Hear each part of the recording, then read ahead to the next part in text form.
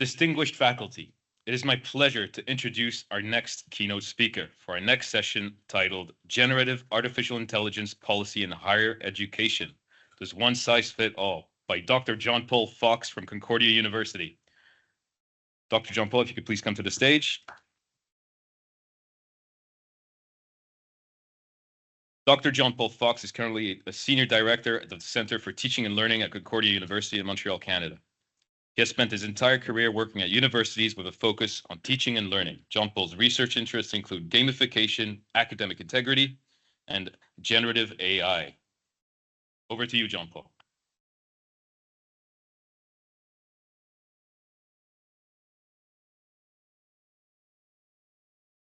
Thank you. Good morning, everyone. How are we all doing this morning? Can everyone hear me okay? Just checking in. Okay, great. So before I start, I would like to thank the University of Doha for Science and Technology for extending the invitation, for inviting me here today. I'm really very, very pleased to be here. In particular, I'd like to thank Dr. Hiba Sabri and the entire team who have put on this wonderful program. And I think it's a real credit that the team have achieved so much in just a year or so, and it's a credit to the university that as a university you prioritize professional development for your faculty members. It's really wonderful to see you all here this morning, so thank you again for inviting me. I think we're just loading up here. Okay, so while we're loading up, something I wanted to do as well is Alan mentioned that I'm visiting from Montreal, Concordia University in Quebec. Some of you may know that Montreal is located on traditional grounds of the Kahanahage. We honor that traditional history and we remember that Montreal is traditionally known as Jojage. So we keep that in mind as we do our work at Concordia. Okay, I think we're all set. Thank you very much. So we've a lot to cover this morning. Just to give you a bit of an overview of some of the things that I'd like to talk about. I'm going to talk about generative AI in higher education and policy, generative AI or Gen AI policy in higher education. This is something that a lot of us have been thinking about very seriously over the past 2 years. If we think back, it's been just 2 years since ChatGPT was released by OpenAI. It was November 30th, 2022. And a lot has happened since then. A question I asked of the university upon arriving was, does this university have a Gen AI policy? And I was told no. Well, the good news is you are in good company. Neither do we at Concordia. And in fact, most universities around the world don't yet have these policies. We're all still catching up. We're all still trying to figure it out. And I know there is that sense of concern from a lot of people that I talk to. They think we're falling so far behind. Everyone is ahead of the game here. We're not. We're all in this together. So I want to reassure you that we are all trying to figure this out together. So I'm going to speak specifically about opportunities for teaching and learning. And there are quite a lot of opportunities for teaching and learning. Of course, with these opportunities come some challenges and some ethical considerations. In particular, I know academic integrity and academic misconduct is something that people have been really, really concerned about, particularly with the advent of ChatGPT. So we'll have a bit of a conversation about that this morning. I'll talk about what we're doing at Concordia. We may not have a policy yet, but we do have some guidelines and we have made some progress in figuring out what our policies might look like. And then I'll finish by talking about a research study investigating perhaps faculty perceptions of Gen AI, academic integrity, and their intention to use Gen AI. So that's a lot. I plan on doing a lot. But before I go any further, I wanted to get some information from all of you around what do you think about Gen AI? What is your understanding? So I have a couple of questions that I'd like to pose to you, and I'm going to ask you to use your smartphones. If you have one on you, you might want to grab it now, please. Okay, let's see if I can figure this out.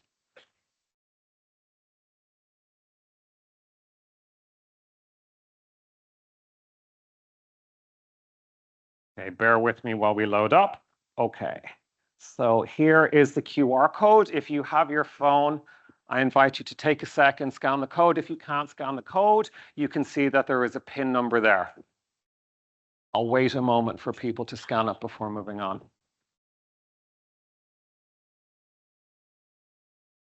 Okay, great. I can see we have some people logging in. Don't worry, these are very, very simple questions that I'm going to ask you. And be assured there's no right answer, no wrong answer, and there won't be a test after.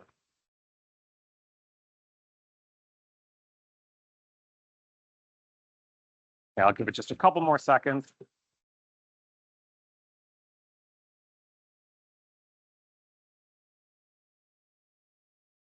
So if you haven't been able to scan, the pin is 511954. Oh, this is a tricky mess I've got. Okay, so we're going to start with our questions.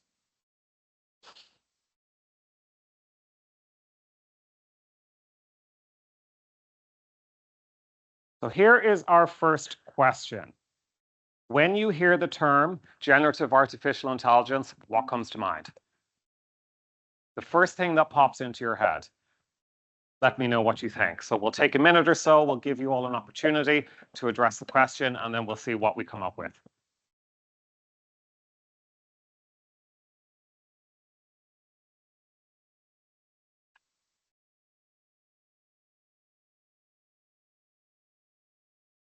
Hey, we're doing well. We nearly have 100 answers already. This is terrific. I know there's no shortage of opinions when folks are asked about Gen AI, so this is really great. Okay, we're slowing down. We'll give it just a couple more seconds.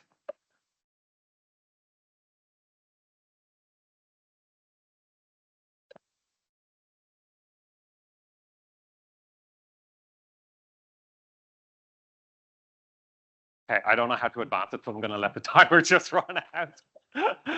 So if you need time, you got 28 more seconds. Skip, thank you.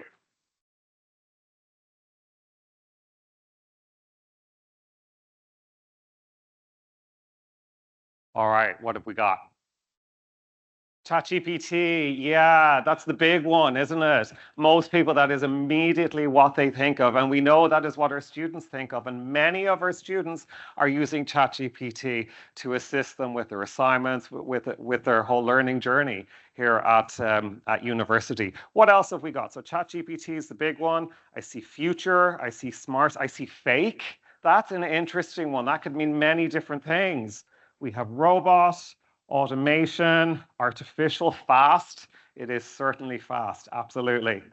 Cheating, yeah, unfortunately. I mean, you know, that is one side of this coin. Of course, some folks, and I want to stress some, not all, some folks are going to try and cheat the system, and they're going to use these tools like ChatGPT to do so. Okay, I have one more question for you now. Here we go with question 2. How would you describe your own personal comfort level using Gen AI? Your personal comfort level. Can you use it? So do you feel not comfortable at all, somewhat comfortable, totally comfortable, not very comfortable, or very comfortable? And again, you know, there's no right answer here. Your answer is your answer.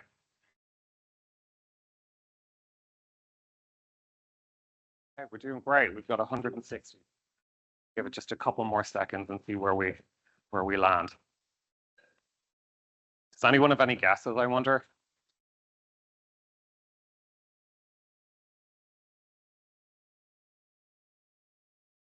Okay, so 3% are not comfortable at all, somewhat 39%, totally comfortable 12, not very comfortable 8, and very comfortable 38. Okay, interesting stuff. Interesting stuff. Thank you, folks, for participating in that. That's helpful for me as we proceed with the talk. So if we take a step back and we ask ourselves, well, what is Gen AI? Gen AI, or AI, as people also say, is a term that we're hearing more and more these days. So I thought it would be helpful to share a different definition so we're all on the same page as to what we're actually talking about. So Gen AI refers to a category of artificial intelligence models designed to produce new, original content based upon existing data sets. So I want to repeat that. It produces new and original content based upon existing data sets. Now, how is that different from traditional, I was going to say academic integrity, that's where my mind goes when I read AI. How is that different from traditional artificial intelligence models? Well, they typically classify or predict outcomes. But again, as I said, Gen AI creates outputs. You want to know where I got that definition? Same place all our students are getting their definitions these days. I asked ChatGPT, but you will notice I have cited that definition and I have told you that that is what I have done. And that is a key part in this, right? That I'm being very transparent and telling you where I'm getting my information from. Okay, one more question. I think I know the answer already, but we're going to see what we get. So the question is this.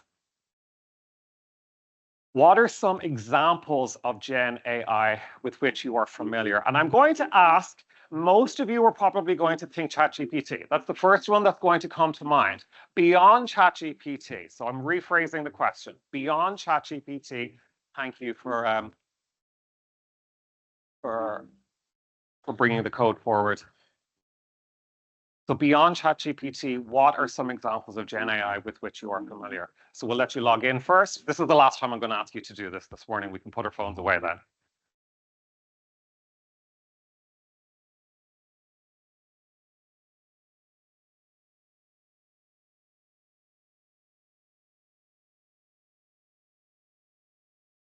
Again, if you weren't able to scan, we have a PIN. It's 864910. 864910.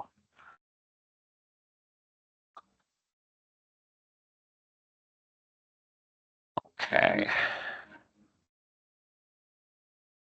The finicky mouse. Okay, here we go.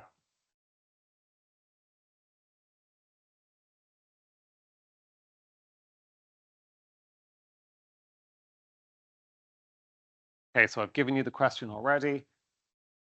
What are some examples of Gen AI with which you are familiar? And I encourage you to think beyond ChatGPT. If that's the only one you know, that's okay. That is a perfectly acceptable answer.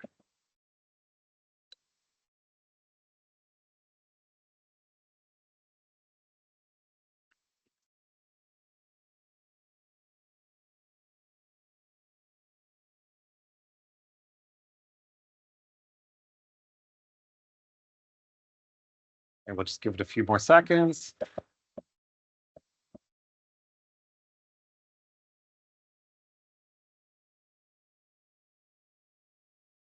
It's very dramatic music, isn't it, that they're playing out? I feel like it really raises the stakes of what we're talking about this morning.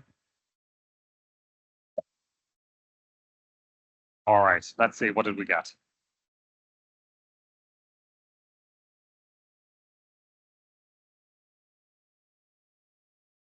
Okay, non-surprisingly, ChatGPT is the biggest one. Claude, okay, Copilot, Microsoft Copilot is something that we may be familiar with. Gemini, that's the Google model that has recently been released.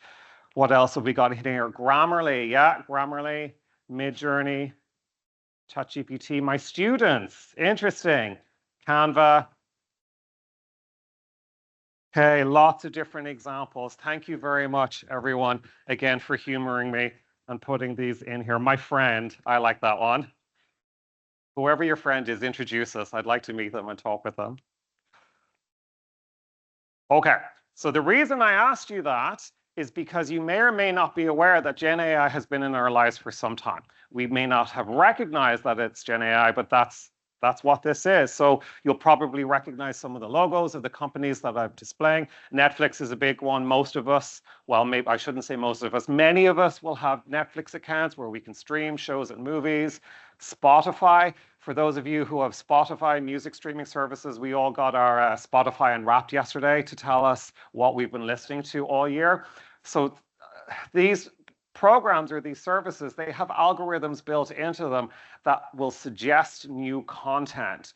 I've had quite a few different bands, singers, musical artists suggested to me by Spotify because it thinks I like them. It uses my listening history to tell me what it thinks I will like. And it's actually quite scary because it knows me maybe a little bit better than I know myself. Similarly with Netflix, I read an article about people finding out more about who they are as individuals by the Netflix algorithm because it was able to predict the type of things that they were interested in, and folks didn't even realize that they were interested in this. So the point that I'm trying to make is that Gen AI has been around for a while. Maybe ChatGPT is the one that we're most familiar with, but it is very much a part of our lives.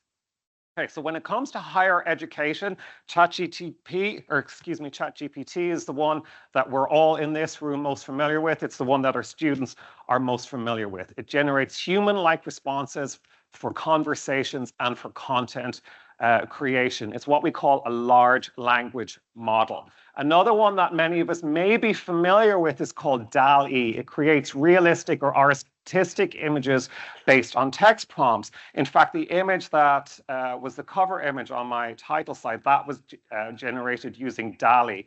Interestingly, where they got the name for DALL-E, Dal comes from Salvador Dali, the Spanish 20th century artist, and E comes from Wall-E. I don't know if any of you have ever seen that Disney movie about the robot. That's where they got the name.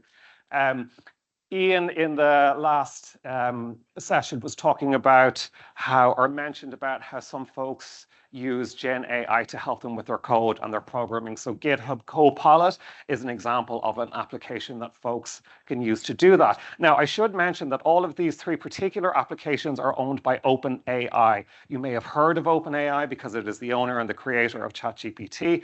It was founded in 2015, actually as a not-for-profit organization. They are no longer a not-for-profit organization. They are very much a for-profit organization.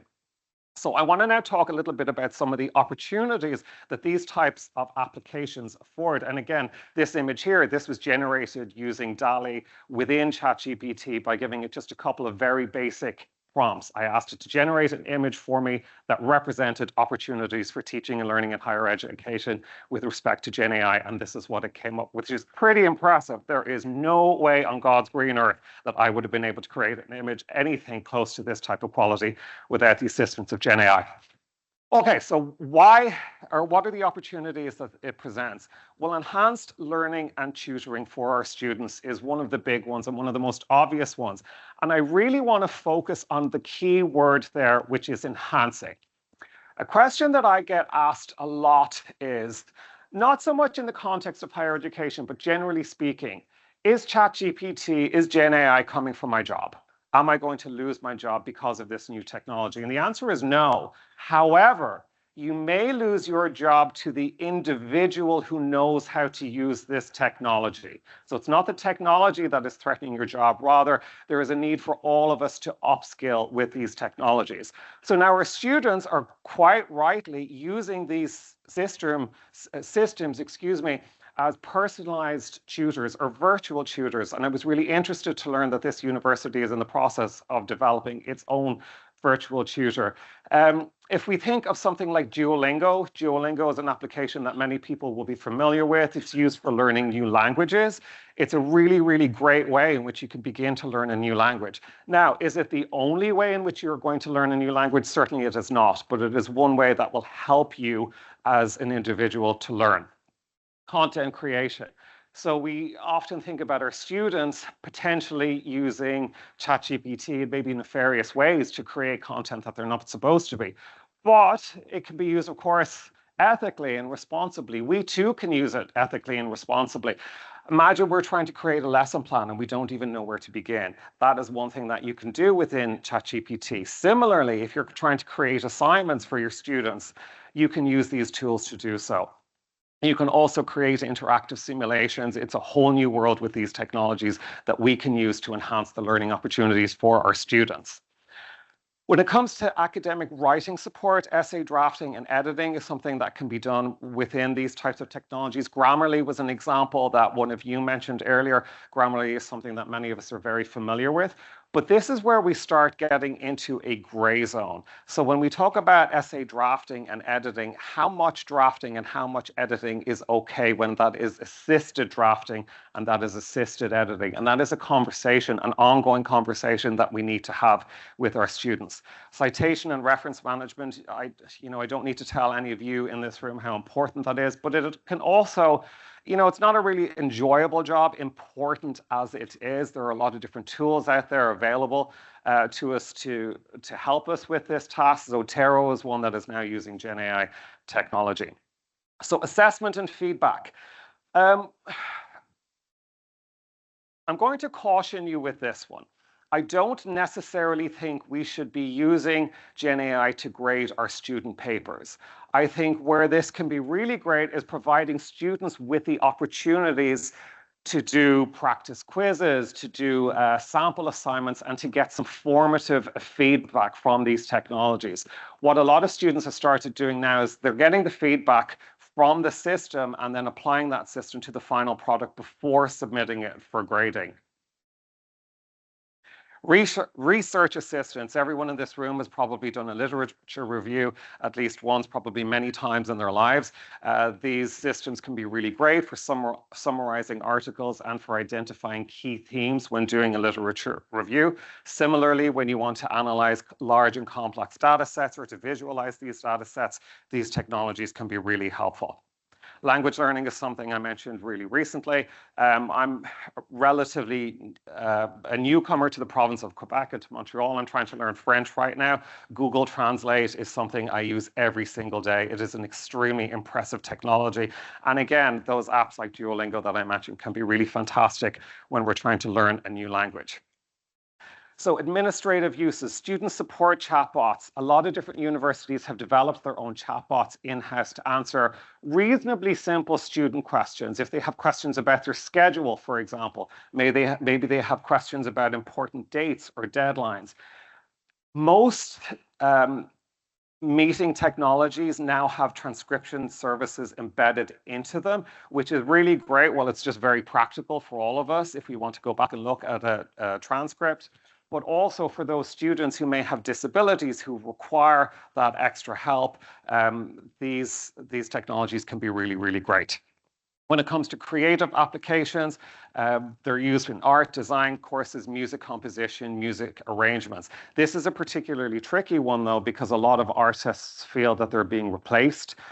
So while it may not apply the context of UDST, it's something that needs to be considered. Okay, let's move on and let's talk a little bit about some of our challenges when it comes to teaching and learning. So I'm going to pause here so we can have a bit of a conversation around academic integrity. Before I joined Concordia University, I worked at a previous university where for 7 years my job was all about academic integrity. And you better believe that when ChatGPT was released, there was a real sense of panic, not just at that university, but around the world, because folks were scratching their heads asking, what is it that we're supposed to do with this? You know, many of us will have, and including this institution, we will have our code of conduct policies, and we just don't understand how they fit in. So the question I would ask every institution and every faculty member and every student is, well, what constitutes academic misconduct? Just earlier this morning, I was reading your code of conduct, and if you take a look at section 4.6, it talks about cheating. I think it was section 4626 talks about unauthorized technologies. So what are those unauthorized technologies? They're not listed within the policy, but nor should they be, because those unauthorized technologies are changing daily. If we think back a few years ago, something like Grammarly, that was certainly considered academic misconduct. Spell check at one point was considered academic misconduct. Use of calculators, that was all called academic misconduct. So I don't know that we necessarily need to rush to embed these things into our policies. Rather, we have to ask ourselves, well, how do our policies apply, given that the context is changing? So again, I ask the question, what constitutes academic misconduct? So we will start with our institutional policy, but then within your classroom, how does that policy apply within your classroom? Within your classroom, is it okay for a student to use ChatGPT? And if it is okay, what does that look like? What can they use it for and what can they not use it for? I really want to strongly, strongly advocate that these expectations are very clearly communicated to students. But the problem is that faculty don't know what those expectations are because we're still all figuring out. And that's why these conversations are so important. So when it comes to academic integrity and Gen AI, I think it's most important to go all the way back to the learning outcomes and ask ourselves, what is it that we're actually trying to achieve in our lessons? With what skills, knowledge, or attitudes are we hoping that successful students will leave our class, our program, our university, whatever it is, and then ask ourselves, are these learning outcomes still relevant? How am I assessing these learning outcomes? If these learning outcomes can be achieved using these technologies, well then, should we be using these technologies? Should our students be using these technologies? So I think there's a lot of questions that we have to ask ourselves about what we're teaching, why we're teaching, and how we're teaching these things. So another challenge is around equity and access, particularly in other parts of the world. The reality of it is that not every student has the opportunity to use these technologies because they just can't get access to them. That's something that we need to think about, particularly if we are expecting or requiring that our students use these technologies as part of their learning journey. Well, that we need to ensure we have a responsibility that our students have access to them. So quality control, somebody was asking about quality control in the panel as well. Do you recall when Wikipedia became really popular and we spent months and years telling our students not to cite Wikipedia? Do you remember this? Why was it the case that we asked students and still ask our students not to cite Wikipedia? Well, it's part of that quality control piece, isn't it? So Wikipedia, as you all know, anyone can enter some information into Wikipedia. We don't necessarily know that it is accurate all the time. And that's where we are with ChatGPT as well. You can ask ChatGPT to write a research paper for you, and it might do a reasonable job. You can even ask it to insert scholarly citations for you. It may or may not. It may insert those citations, but those citations may not exist in reality. If you do that, they're called hallucinations. So sometimes our students, or even us, we will ask ChatGPT a question. We will ask it to provide a peer-reviewed reference for that, and it might make it up. It's really important that we understand this, that we and our students have the information literacy skills and the digital information literacy skills to use these technologies appropriately and to question the information that we're getting and the source of this information. So ethical concerns. These algorithms are known to be biased. They're known to be biased in terms of people's skin color, in terms of whether people identify as male or female. They are imperfect algorithms, and we need to be aware of these imperfections and the biases. In terms of ethical use, well, I mean, if we go back and we ask ourselves about the marking and grading example, is it ethical for us to use ChatGPT to grade our students' assignments? I'm not going to answer that question for you, but I will pose the question. You know, a student isn't coming here and paying their tuition fees to have ChatGPT grade their papers for them. Also, the other thing is, in the context that I'm working in Quebec, we have very strong privacy laws. We can't put the student's paper into these programs. We don't have permission to do so. We don't have the student's permission to do so. There's legislation in place to protect all of us, our personal information, our intellectual property, and our copyright. So these are the types of questions that need to be asked depending on the jurisdiction and the location in which you're working. Okay, so what are we doing at Concordia?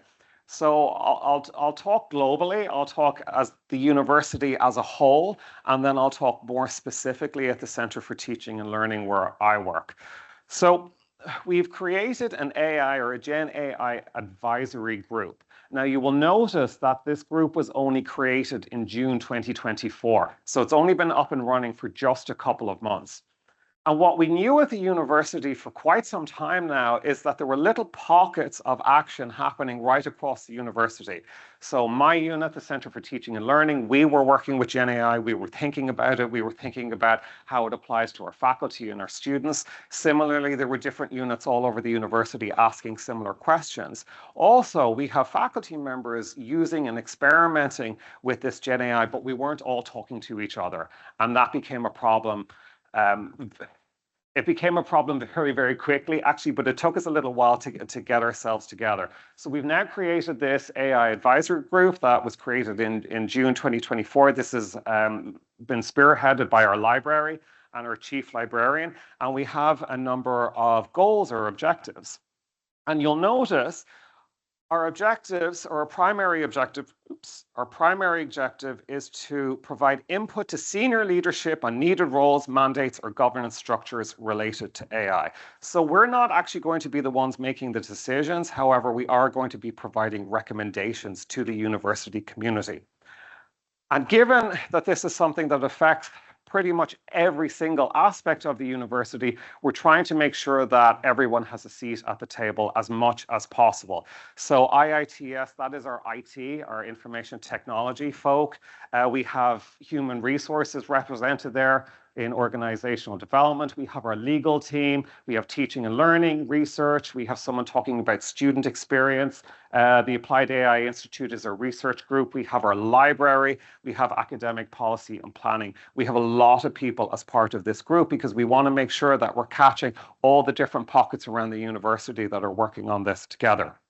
So as I said already, our primary goal is to make key recommendations to the university community and to ask what becomes policy and what becomes recommendations or guidelines. So the title of my talk was, the question I'm asking is, when it comes to Gen AI policy, does one size fit all? And that's a very simple answer, and the answer is no, it does not. And there are some things that'll be easier than others to make policy. So what does that mean when I say it's easier to make policy? Something like that privacy legislation that I talked about, that's the law in Quebec. So that's a pretty straightforward one. That's something that we just have to do. We have to make a policy. All of us have to follow those same rules. The problem with policy, though, is policy doesn't always recognize the fact that many of us are working in different contexts. So when I first started at Concordia, which was only a little over a year ago, I got so many emails and messages from faculty members saying, what is the policy on Gen AI? Is use of Gen AI cheating at this university? And every time I was asked that question, I answered it in the same way, which was, well, you tell me, in your classroom, are students allowed to use it? And that's really what it comes down to. So what we have done instead is we're taking a recommendation approach. And we're saying to faculty members, these are the things that we recommend you do, but ultimately, when it comes to your teaching, when it comes to what you tell your students, that is going to be your decision to make. So the work that we're doing at the Centre for Teaching and Learning has been guided in part by these Russell Group principles. So you may or may not be familiar with the Russell Group. The Russell Group is a group of self-selected research-intensive universities out of the United Kingdom. And they were straight out of the gate with this. And they came up with these set of principles in mid-2023 that I think apply very, very well. So let's look at each of them in turn. These principles state that universities will support students and staff to become AI literate. So I was really pleased to see that, I think it was maybe 38% of you said that you feel very comfortable in using Gen AI. But what about the rest of you? You are not comfortable or not very comfortable using Gen AI. So similarly for our students, how comfortable are they or not using Gen AI? And I think we as a university, we as educators have a responsibility to ensure that our students, our staff, and our faculty members are all able to use these tools appropriately. So staff should be equipped to support students to use generative AI tools effectively and appropriately in their learning experience. We can't help our students to do this unless we know how to do it ourselves. So I think each of our universities needs to take the time and investment to upskill all of us in terms of how we use these technologies. What are we going to be doing with them? How are we using them appropriately? Universities will adapt teaching and assessment to incorporate the ethical use of Gen AI and equal access. I spoke just very briefly about that already. I think we need to take a step back and ask, what are our learning outcomes, both for our programs and at the course level? What are we trying to teach? Why are we trying to teach it? And how are we trying to teach it? Again, if any given assessment can be effectively completed by Gen AI, well, then I'm asking, is that still an appropriate assessment? Maybe it is, maybe it isn't. It's not for me to tell you how to assess your students. Rather, I want to pose these questions to you and invite you to think about them. Universities will ensure academic rigor and academic integrity is upheld. I know this has been a real priority for quite a few universities, well, not just universities, educational institutions all over the world. And then universities will work collaboratively, to share best practice as the technology and its application in education evolves. And that's why I think conversations like this are so important, so we can continue to discuss and to continue to share how we're dealing with these things. Okay, so everything else I'm going to talk about has been led by my colleague, Dr. Mike Barcombe, who's an educational technologist within the Center for Teaching and Learning. I want to make sure that he is appropriately accredited for the work that he's been doing. He's been doing a really great job for us at Concordia and moving this forward. So one of the things that Mike did was he set up a faculty interest group. It's like a community of practice where those faculty members who are particularly interested in exploring Gen AI and its applications, they come together, they meet maybe once a month or so to engage in these conversations. And what Mike has been telling me is that folks have made remarkable progress in using these technologies in their teaching. Mike was also involved in creating 2 of 9 quick start online modules for faculty. So these modules were coordinated by Concordia Library in partnership with the library at McGill University. We actually got a grant to develop these modules, and they're quick start guides for you, for faculty members. They're freely available to anyone. So they're a series of 10-minute videos on different topics related to Gen AI. If you're interested, I very much encourage you to go take a look. The link is there, and I believe somebody told me that the slides would be made available. Alternatively, you're welcome to contact me directly after the talk, and I'd be happy to share any of these resources with you. The other thing we have done is, like the team at the A&E department, we are offering quite a number of different workshops for faculty, and you can see that they range in topic. So we have developing and refining your course syllabus using Gen AI, assessment design, empowering students with Gen AI. I think this is my favorite one because it's teaching faculty to teach our students to use these technologies. So to develop self-assessment and feedback strategies, I think that is a really, really great thing that we can do. But again, you know, faculty can't teach our students to do this unless they understand these things themselves, which is why centers like ours and the one here are so very, very important. We talk about Gen AI in Moodle, which is our LMS. I think you folks use D2L here, and Gen AI in second language pedagogy. We're also organizing something similar to this PD Day in February next year, where our focus will be entirely on Gen AI. We have 2 streams in that conference. One will be led by my team at the CTL, where we'll be demonstrating to faculty how they can use Gen AI. The other stream will be our own faculty members talking about their experience, highlighting case studies, the successes and some of the challenges that they've experienced when using Gen AI in their teaching. So we then created a set of guidelines at the Center for Teaching and Learning on how faculty might incorporate Gen AI into their teaching. And we're really taking a principled approach. And again, I want to stress that these are guidelines. These are not policy. This is not us telling faculty this is what you must do. Rather, these are considerations for you in your teaching. And the first one, and one that we talk about quite extensively, is transparency, and the need for transparency coming from us as educators and the expectation of transparency from our students. And we've actually developed something called transparency statement templates that you can incorporate into your course. So transparency from us as educators, what does that look like, or what do we mean when we say that? Well, we're talking about, if I'm going to be using Gen AI, I'm going to be very clear on how I'm using it, what I'm using it for, and I'm going to communicate that to my students. I think that is only fair if we're going to ask the same thing of them. If students are going to use Gen AI, give them guidelines on how they may or may not choose to use it. And beyond that, then give them templates for communicating that information back to you. So there's no surprises. It's very, very clear from all parties how we're approaching this.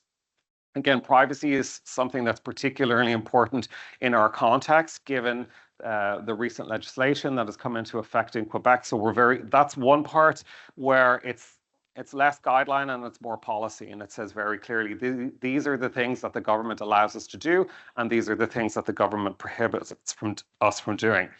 We talk a little bit about cultural sensitivity and inclusion. As I mentioned earlier, these algorithms are known to have certain biases embedded within them, and it's important that we recognize and we account for those biases when we are using these technologies in our teaching. And then we very much advocate a pedagogy-centered approach. So those of you who are educational technologists or who work a lot with technology will appreciate that we advocate for starting with the question as opposed to starting with the technology. So again, go back to your learning outcomes. What is the learning outcome you're trying to achieve? How are you assessing that learning outcome? And then what are the teaching and learning methods that you're using to help students demonstrate those learning outcomes effectively? Then ask the question, where is the need for Gen AI in there, if there is a need for Gen AI in there? What I don't recommend folks do is start with the technology and then try and shoehorn that into the course, rather asking, where is there a place, or is there an appropriate place for this technology in our teaching? And if the answer is no, well, then there you have your answer. When it comes to prohibiting Gen AI use, I'm going to caution you against that. I know some institutions have been considering outright bans and saying students are prohibited from using ChatGPT, but I think that is not necessarily the most effective approach. I mean, the genie is out of the bottle here. This is something that is here to stay. And I would ask, well, how is it that you're going to police that if you are going to prohibit Gen AI use? How are you going to check if your students are using it? And if they are using it, what are you going to do about it? So there are a lot of different programs that are available in the world that claim to detect usage of generative artificial intelligence. I'm going to tell you right now, they don't work. None of them work. There are many different companies who will try and sell you these programs. They will charge a lot of money for these programs. They don't work yet. It may be that we do get to the point where these programs work properly, but if you are going to use one of these Gen AI detection systems and then make a definitive decision as to whether somebody has used it or not, I very much caution you against doing that. So what is appropriate use of Gen AI then in your classroom? So if you imagine you've given your students a research assignment and they have to write a paper at the end of that assignment. That is the output. Where can they use ChatGPT, for example, if they can? And if they are to use it, what are the appropriate ways in which they can use it, and what are the inappropriate ways? And how do they demonstrate their use of ChatGPT? How do they cite ChatGPT, for example? Can they use it to do their research? Can they use it for drafts? These are all the types of things that I encourage you to think about. And then again, as I have said, communicate that very, very clearly to your students once we figured it out ourselves. Okay, so the last thing I want to talk about is the research study that I've recently been involved in with my colleague Mike, where what we've done is we have investigated faculty's perceptions of academic integrity and how those perceptions influence their acceptance and intention to use Gen AI in teaching. Some of you may be familiar with something called the technology acceptance model. That's what we've been using as a framework to explore how perceived usefulness and perceived ease of use influence faculty's intention to use these Gen AI tools in their teaching. What we did was we used the technology acceptance model-based Likert scale questions. Qualitative data addressed faculty perceptions of Gen AI's impact on academic integrity. We engaged in a multiple regression analysis to determine the relationships between the two variables. That's a lot of words. Okay, what did we find? So what we found was perceived usefulness is a key driver in whether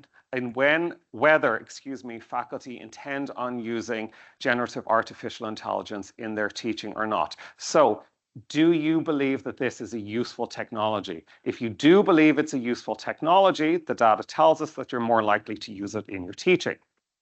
Perceived ease of use played a minor role. which was really interesting. So folks weren't thinking about whether these technologies are easy to use or not. More, it was whether they're useful to use or not.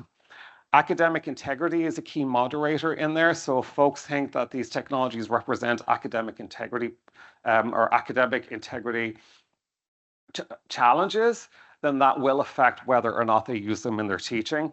And that many of our faculty, quite a number of our faculty, have limited experience with Gen AI. I forgot to say we sent out this survey and we had 185 respondents at Concordia, so we're pretty happy with the data set that we have. So using this data, we were able to make a number of recommendations, and it's quite gratifying to know that the data actually backs up the recommendations that we have already developed in our teaching guidelines. So one of the key recommendations is that faculty development is necessary to highlight the pedagogical benefits of Gen AI. As I've spoken about already, there are so many different ways in which Gen AI can be used to enhance teaching and learning at our institutions, but not all faculty recognize that because they are not yet familiar enough with our tools. So again, this highlights the importance of centers like mine and Dr. Sabri's and the work that we're doing. Clear guidelines and policies are really important to address any academic integrity challenges. Again, that's not going to come as any shock. So, as I said, I'm not necessarily saying that you need to rush to reopen your policy and to rewrite your policy, but I think it is important that you take a look at the policy and ask yourselves, how may Gen AI fit into the policy that you have? At some point, you're probably going to open it up and change the language in there. So transparent strategies to balance innovation with ethical considerations in AI adoption are necessary. So transparency, as I have said, is a really, really big part of this. We need to be transparent in how we're using these tools, and we need to ask the same of our students, but give them the tools to do so. And then finally, I'm going to really strongly advocate for designing your assessments with academic integrity in mind. So how can you design your assessments such that they promote academic integrity and then prevent academic misconduct? So here is our conclusion. I've already told you, but guess what? A one-size-fits-all approach to Gen AI is not the answer. I really think a combination of policies, guidelines, and recommendations are the way forward.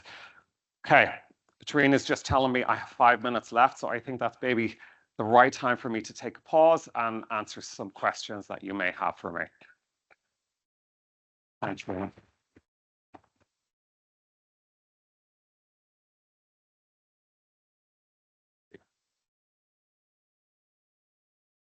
So, Trina, just so I understand, these came in through the QR code, is it? Okay, thank you. So I'll read the questions aloud. The first one is, how can you know that the information originated by AI is trustful? Sometimes ChatGPT gives wrong information. How can we trust the information? Yeah, that's a really excellent question. I've touched upon that already. I would not trust ChatGPT as my sole source. If you are looking for information that you want to use in a research paper, for example, don't use it as your sole source. If you want to know how many chairs are in this room, take a picture and go wild. That's fine. You can ask it for references, as I've said, but I very, very strongly recommend that you go and check if those references exist. And if those references exist, what do they say? It's really, really important that you do so and that our students understand that that is the case. Unfortunately, not all of our students know this yet. So there's a lot of education that needs to happen there.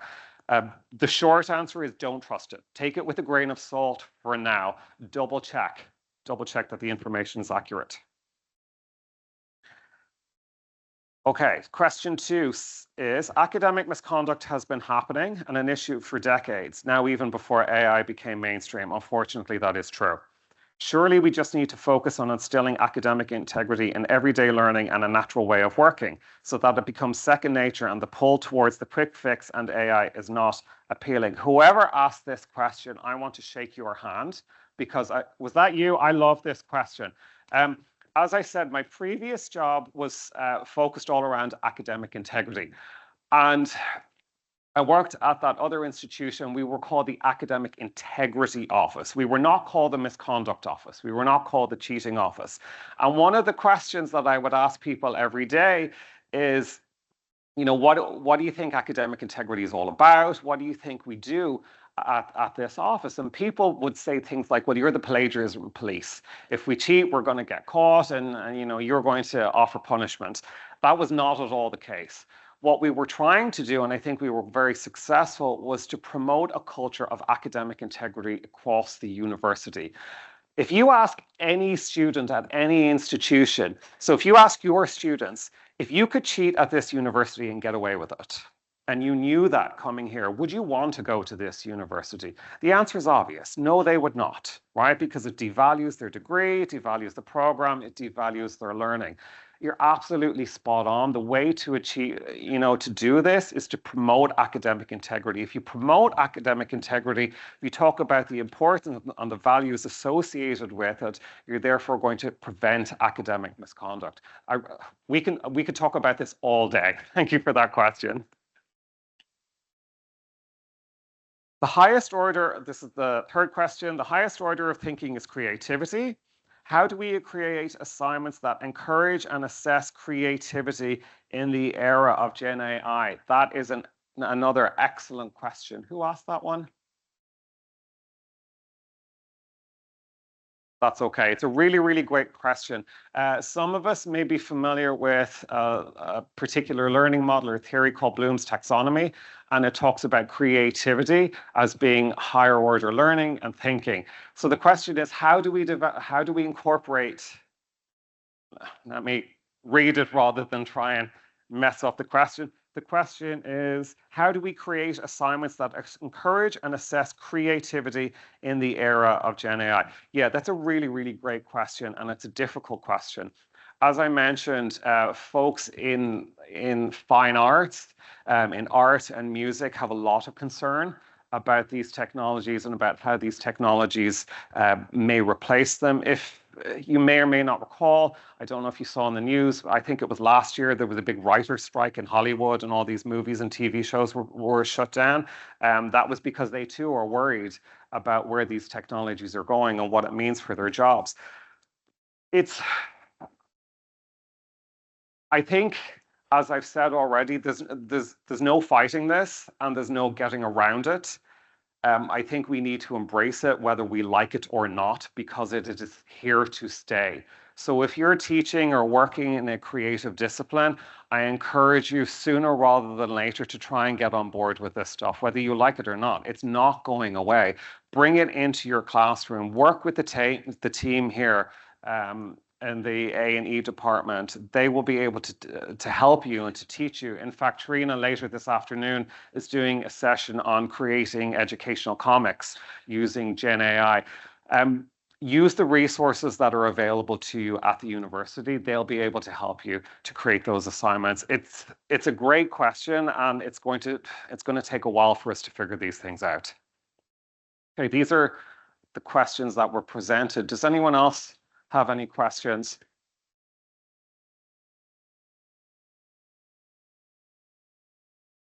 Yes.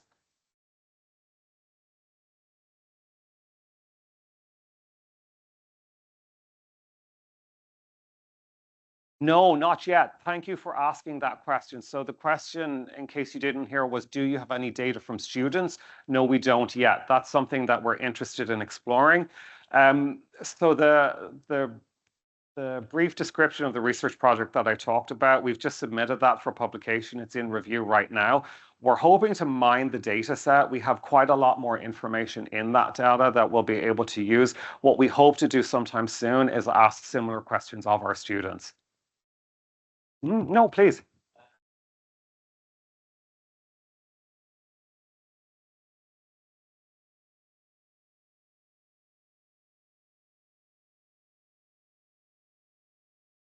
I'm sorry, you know, I'm going to come down. I can't hear you.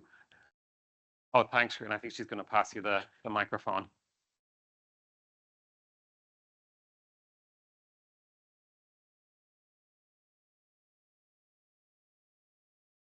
Yeah, hello, can you hear me? Yes, I can. Thank Yeah, you. So GenAI to me is like a Google search. Sure. Yeah. Tomorrow we're going to have something else. Yeah.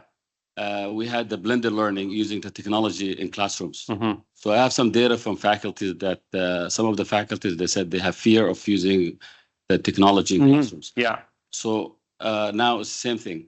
So GenAI, how would you, or how you have dealt, or any data that take care of these issues? So the data we have right now shows something similar, that there is some concern about this, particularly when it comes to academic integrity.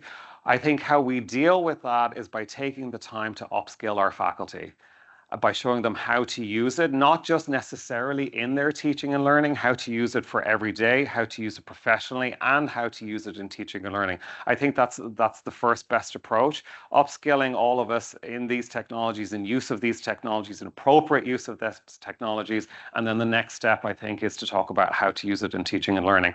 I think we all have a lot of learning to do on this. Thank you for your question. Yes. I think there's. Oh, sorry. We'll come back to you. Oh, sorry. Yeah. Yes, many thanks for your presentation. My question is, with this problem with integrity, and do you think that university would go more for summative assessment because of the problems with integrity and knowing, especially with written words, the assessment of written work? Yeah, I actually think formative assessment is the answer as opposed to summative assessment. What some of my, if we forget about GenAI for just a moment, one of the questions that was asked earlier was that unfortunately academic misconduct has been around for some time. And, there are strategies that we have as educators to deal with that. And many of those strategies, many, not all, will still apply. I think regular and formative feedback to our students is one way in which we can try and combat this. What a lot of faculty colleagues have done is they ask students for drafts of their assignments along the way. They work with the students on those drafts, they give feedback on those drafts, and they get to know who the students are and the type of work and the quality of the work that student is submitting. Now, of course, this is going to be work for you as well as individual faculty members if you're going to do that. And that's something that all of us need to think about, right, in terms of our own workload. But really, I think formative assessment is the best way to go when we're trying to combat this. Thank you for your question. I think there was another question close by. Thank you for your presentation. For me, the issue is, what kind of student are we trying to I'm sorry, I can't see you. Where are you? Oh, there you are. Thank you. Yeah. For me, the issue is, what kind of student are we trying to produce at the end of the day? Yeah.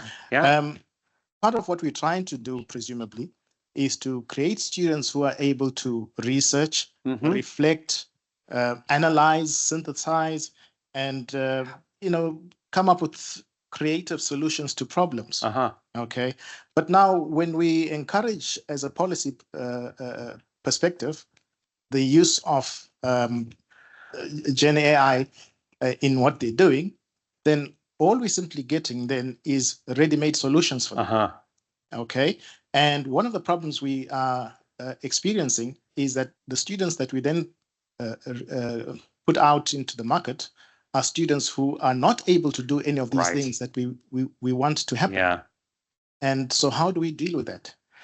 That's a really good question. Thank you for asking that. And I mean, you make an excellent point, right? We have to ask ourselves, what is it that we're actually trying to achieve at our institutions? And what type of student are we trying to produce? And I often think about it in terms of society. Well, I hope that our students are leaving our university and they're making a positive contribution to society in whatever field they have chosen. So I respect your point very, very much that some individuals will take these tools and they will use them as a shortcut. That is very much the case. But then I would ask, what's going to happen when that student graduates and they are in the working world? How will they be applying the knowledge they have? What is it that they're going to do? They're probably going to be using these tools because that is the way that the world is going right now. So what I would suggest is that we try to get out in front of that. And again, as I've said, that we use or that we take the time to educate our students on what these tools are, how to use them ethically and responsibly, such that we are still asking our students and encouraging our students to think. I think there was there another question? Oh, I think we're out of time. Are we? Okay, so I've left my email address there. I would really strongly encourage any of you to get in touch with me if you'd like to continue this conversation. Also, I'll be here for the rest of the day. If you see me standing there drinking a cup of coffee by myself, please come over and talk to me. I'd really love to continue our conversation. I just want to wrap again by thanking the university for putting on this day, for inviting me. It's really so great to see such a strong commitment to professional development. And thank you again to Dr. Hiba and her team for such a wonderful day. All the best.